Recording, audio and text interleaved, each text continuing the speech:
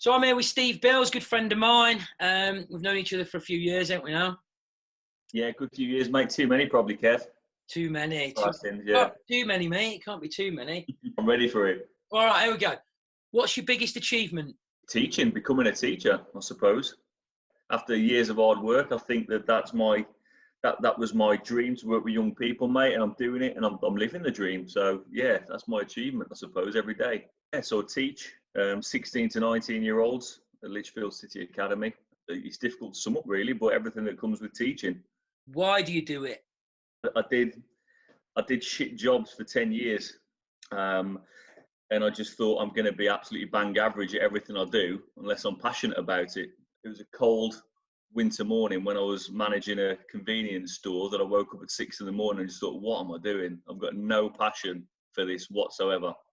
Went back home, spoke to my miss at the time, and decided to go back to uni to re-educate myself, or to educate myself, to put myself on a pathway, something that I love, which is sport. I love sport. So I thought, if I'm immersed with that, then my life's going to be pretty good, and the best decision I've ever made, hands down. What's the best piece of advice you can give? If there's something that you really want to do, or just aim as high as you can, that's what I would suggest. Aim as high as you can, because, it's a cliche, but if you put the work in to anything, you can achieve great things. And even if you fall, the goal says, even if you fall slightly short, your journey on the way there is going to be incredible. Aim high. Aim as high as you can. Anything is possible if you're willing to put the work in and the graft. And again, I know it's a cliche, and I know you hear it said all the time, but it really does take that ambition to have some focus in your life. And that's something I tell my learners nowadays. If you've not got a long-term goal, then you're going to be floundering through wave after wave. Why do you think we should talk about mental health? What's really important is to realise that we do go through periods of our life when we're sad. Different things happen that make us sad, and it's completely natural. I think the mental health side of thing really comes into it when these feelings of sadness, anxiety have been going on for an extended period of time, when it starts to change your character.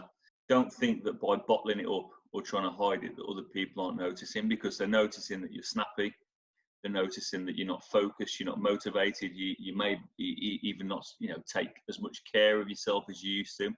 And I know there's that thing where men, apparently don't like to talk, etc. But there is that idea that if I don't talk, no one will know, no one will understand. And you do hear it said all the time, I never guessed, etc. I never knew, but people do recognise when there's something wrong. That's having a dramatic impact on the people around you, which in turn is a vicious cycle, and arguments start. So it's really important to open up. And sometimes, even if you're saying, look, I feel really shit at the minute, I feel really low at the minute, somebody might have that just one little bit of advice that gets you out of that hole and sort of reactivates that energy, I suppose, into doing something a bit more positive. Gaz Bamford's podcast, I listened to a few of his, and he's a good friend of mine. And one of the things he said was, if we can talk about it, we can fix it. That's a brilliant point. As I say, if no one knows, then there's nothing you can do about it. I think talking to the right people in depth about something, talk to the professionals who know what they're doing. Sometimes what you think you want to hear isn't what you need to hear. The trouble is, the people who love you will likely tell you what you want to hear, rather than sometimes what you need to hear. You can make the changes, absolutely make the changes, and if you're not happy with your work, if you're not happy with your relationship, then 100% you can change that ultimately if you really want to. You have got that say. Whether you stay in the job that you hate, whether you stay in a relationship that's dragging you down, ultimately that's your decision. You can make changes for the better, and it might be difficult to start with. After making that change, it might be more difficult after making that change, because you might start looking back with rose-tinted glasses. Oh, this was all right, this was okay. The reality is you've moved forward. We can't go through life without hardship, can we? I think the more we avoid it, the bigger the problems are when they finally hit us in the face. I think you're right there in terms of the harder things you go through, sort of it puts things into perspective a little bit. And I used this analogy with my daughter last week, because she was feeling a little bit low. And I don't know why I used it, to be honest. I was like, if you were to walk 100 metres down the street, or if you were to scale a 100-metre rock face, what would give you more satisfaction? And she says, well, obviously climbing 100 meters up a rock face. And I said, well, there you go. I said, it's because it's more difficult, it's more challenging. You will learn more about yourself from doing that than walking 100 meters down the street. It come to me, and I thought, actually, I don't know why I've not used that more. That's a gem. And you know, I'm smiling because I'm thinking, 100 meters up a rock face. Yeah, that's a good climb, mate.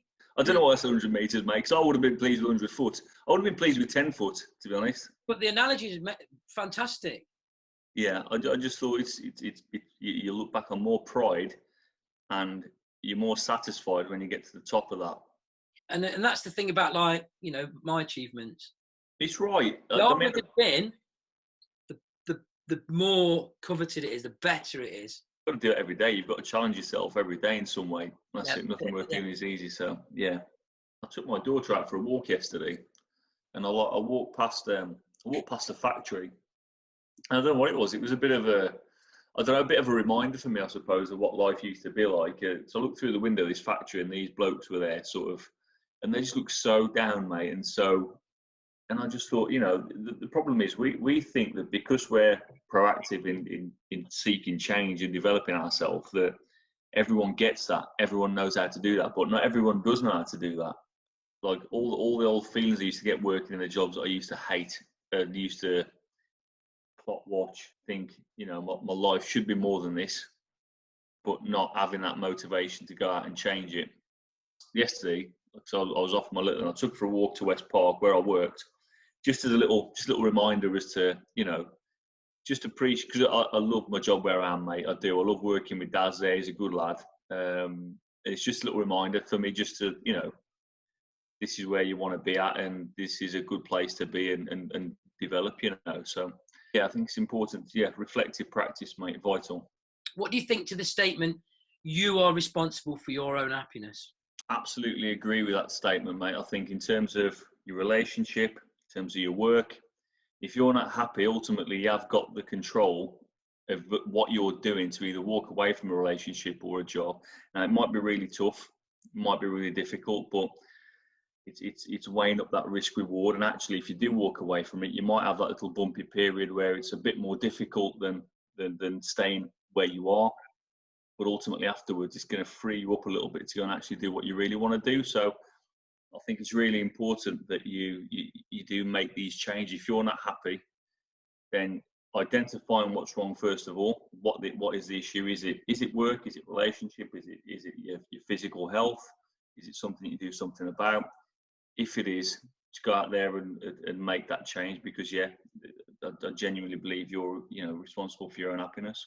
It was a big thing for me when that landed, and it was like, this is all on me. Yeah, absolutely. Yeah, this is all on me now. Darkest time, I'm looking back over everything. I'm like, I made these decisions.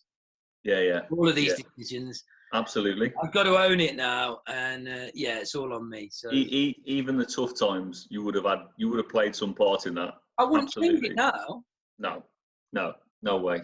I would say in my younger days, used to have a bit of a blame outlook. You know, it wasn't my fault that I wasn't working towards a career that I wanted to, or didn't get that promotion, or the ex was a nightmare. The reality is I probably played my part.